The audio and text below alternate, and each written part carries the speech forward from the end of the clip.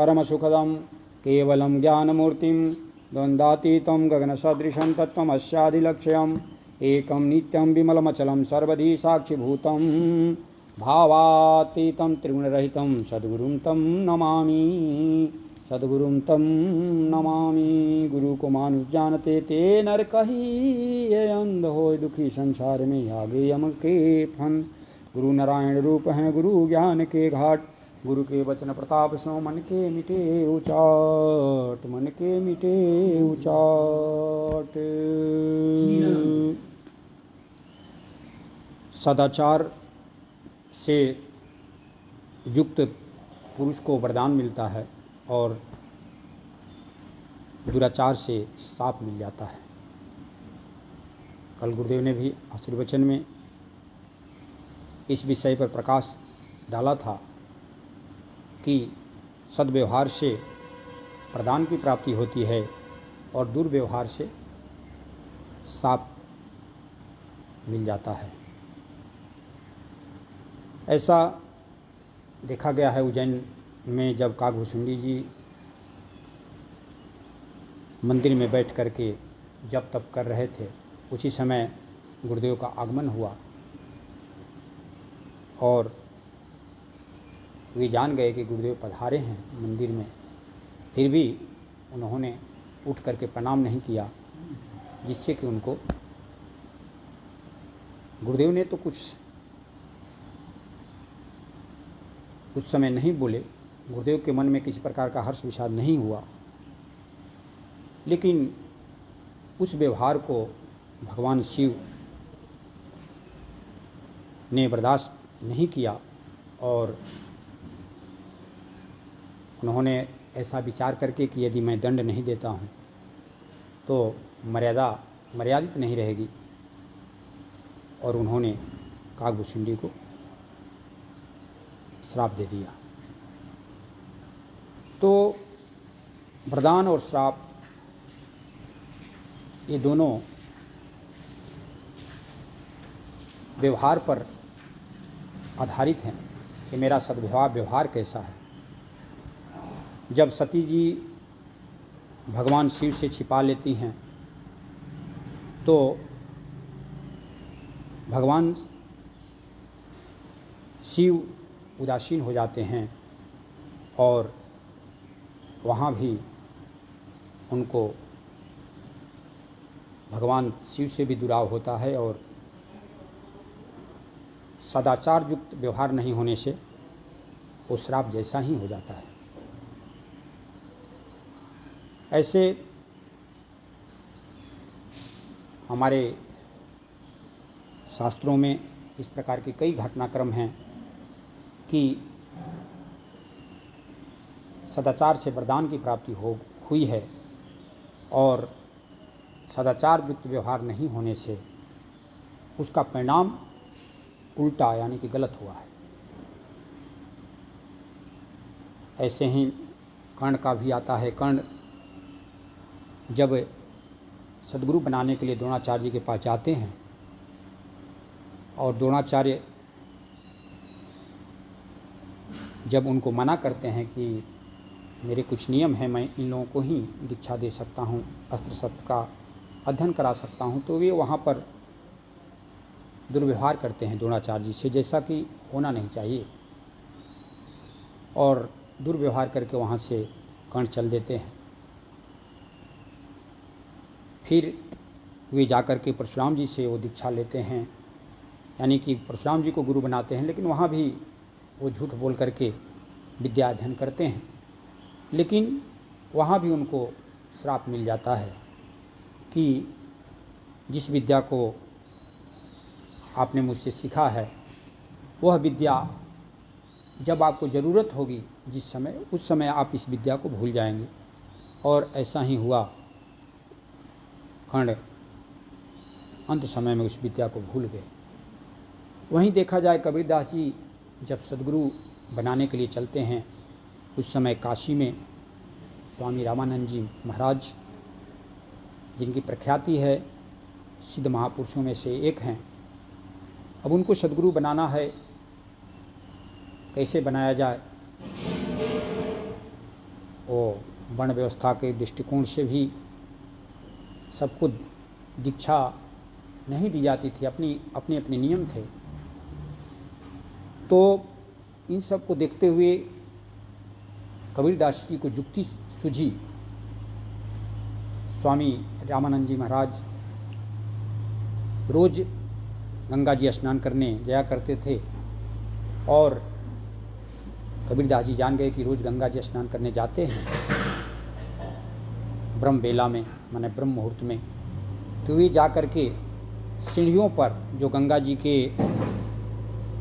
स्नान करने के लिए जाने के लिए जो सीढ़ियाँ होती हैं, उन सीढ़ियों पर जा कर के लेट गए। प्रसाद का समय था, गंगा जी का जल स्तर बढ़ा हुआ था, और जैसे ही स्वामी रामानंद जी महाराज वहाँ से गंगा जी की तरफ गमन कर रहे थे, उस समय वो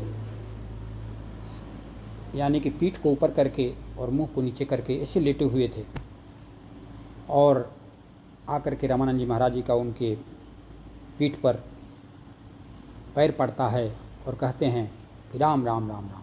वो समझते हैं कि कोई गंगा जी में शव डाला गया है, शव आकर के किनारे लग गया है, और वे राम राम कहते हुए पीछे हटते हैं। वैसे ही कबीरदास जी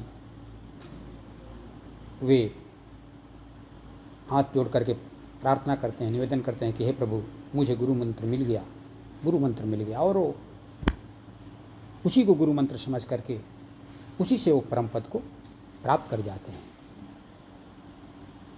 तो इस प्रकार के कई दृष्टांत हमारे शास्त्रों में पड़े हुए हैं कि जिस कार्य को करने से वरदान मिलना चाहिए तो वहाँ श्राप मिल जाता है, क्योंकि वो वहाँ पर जो सदाचार होना चाहिए वो सदाचार नहीं हो पाता है, जो शिष्टाचार होना चाहिए शिष्टाचार नहीं हो पाता है।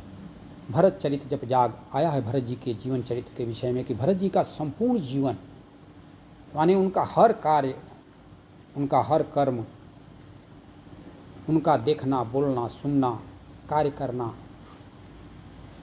खाना पीना, सोना जागना, आना जाना, ये सब जप योग के अंतर्गत है। यानी कि वो कभी भी ध्यान से विरत नहीं हैं, कभी भी वो जप से विरत नहीं हैं।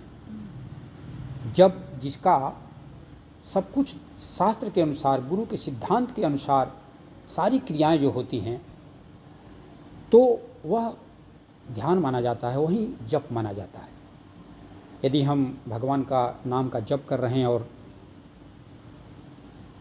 हमारा व्यवहार शास्त्रयुक्त नहीं है, तो वह जप जो है यथार्थता जप नहीं माना जाएगा, आध्यात्मिक दृष्टिकोण से वो जप नहीं माना जाएगा। इसलिए हमको इस पर ध्यान देना है। उजला कुर्ता धोती पहने, बालों में तेल लगाता है और क्रीम पाउडर घिस चमड़े पर, मन में अति हर्ष आता है। पैर में चप्पल, हाथ में घड़ी, मुख में पान चबाता है, अश्लील विचार करे मन अंदर तनिक नहीं शर्माता है। तो ऊपर से सज्जन का भेष बना लेना और अंदर में मलिनता बनी की बनी रहना और गलत विचारों का प्रवाह चलते रहना, गलत सलत जो नहीं सोचना चाहिए वो सोचते रहना, तो यह जो भक्त के लक्षण नहीं बताए गए हैं, इसको हम बाहर से भी भगवान के पवित्र नाम को ले रहे हैं तो अंदर से भी पवित्रता आनी चाहिए।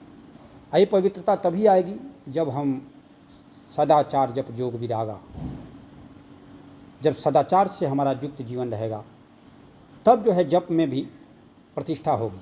सदाचार जप योग विरागा, तब जो है भगवान से, परमात्मा से योग होगा, तब इस संसार से वैराग होगा और संसार से वैराग होकर के भगवान से अनुराग होगा। नहीं तो गुरुदेव कल ही या परसों बोल रहे थे सत्संग में कि हम ध्यान तो नित्य निरंतर कर रहे हैं, कोई भी ध्यान से विरत नहीं है। एक मछली भी वो अपने आहार के लिए ध्यान कर रही है, सर्प भी अपना ध्यान कर रहा है, पशु भी अपने ध्यान कर रहे हैं, कीड़े मकोड़े भी सब ध्यान कर रहे हैं, सब ध्यान से युक्त हैं।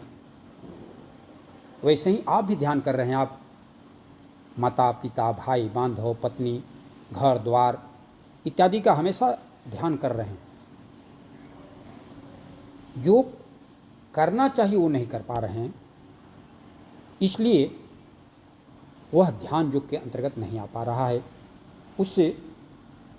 उसको ध्यान नहीं कहा जा रहा है जिसको करना चाहिए, इसलिए आपका चित्त शुद्ध नहीं हो पा रहा है।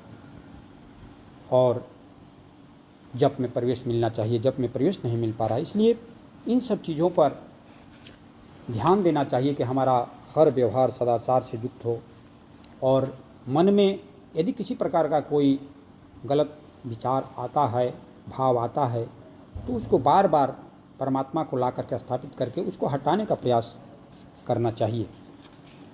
एक कल भगवान राम का भी प्राकट्य दिवस था और गुरुदेव का भी कल जन्म उत्सव मनाया गया। उसी अवसर पर एक पद आया था कि घर घर दीपक जल उठे, बाजे मंगल गान, राम जन्म की खुशियों में गलित भयो अभिमान, गलित भयो अभिमान। प्रगट हुए भगवन दशरथ के घर, प्रगट हुए भगवन दशरथ के घर, प्रगट हुए भगवन दशरथ के घर। ऋषि मुनि सब वंदन करते, ऋषि मुनि सब वंदन करते, अगुण सगुण अपना कर, अगुण सगुण अपना कर। अयोध्या में मंगल छाया, अयोध्या में मंगल छाया, गाते सब हर्षा कर, प्रगट हुए भगवन दशरथ के घर, प्रगट हुए भगवन दशरथ के घर। योग लगन सब शुभ हो आए मनवा, योग लगन सब शुभ हो आए, मनवांछित फल पाकर, मनवांछित फल पाकर।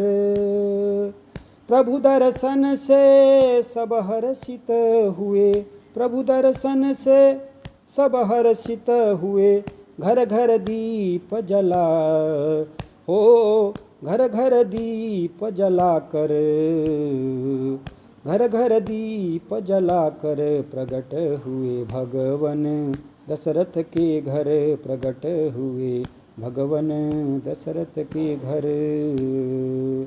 नर नारी सब प्रेम मगन में, नर नारी सब प्रेम मगन में, मन में ईश बैठा कर, मन में ईश बैठा कर। कीर्तन करते आनंदित हो, कीर्तन करते आनंदित हो, अभ्यानंद गुण का कर, प्रगट हुए भगवन दशरथ के घर, प्रगट हुए भगवन दशरथ के घर। इसी तिथि को गुरुवर पधारे, इसी तिथि को गुरुवर पधारे, यम नियम दर्शा कर, यम नियम दर्शा कर। जग का मंगल सदा करें वे, जग का मंगल सदा करें वे, जप तप योग करा कर, प्रगट हुए भगवन दशरथ के घर, प्रगट हुए भगवन दशरथ के घर, प्रगट हुए भगवन दशरथ के घर, प्रगट हुए भगवन दशरथ के घर। प्रेम से बोलिए श्री रामचंद्र भगवान की जय, प्रेम से बोलिए गुरुदेव भगवान की जय। ओम नमः पार्वती पते, हर हर महादेव।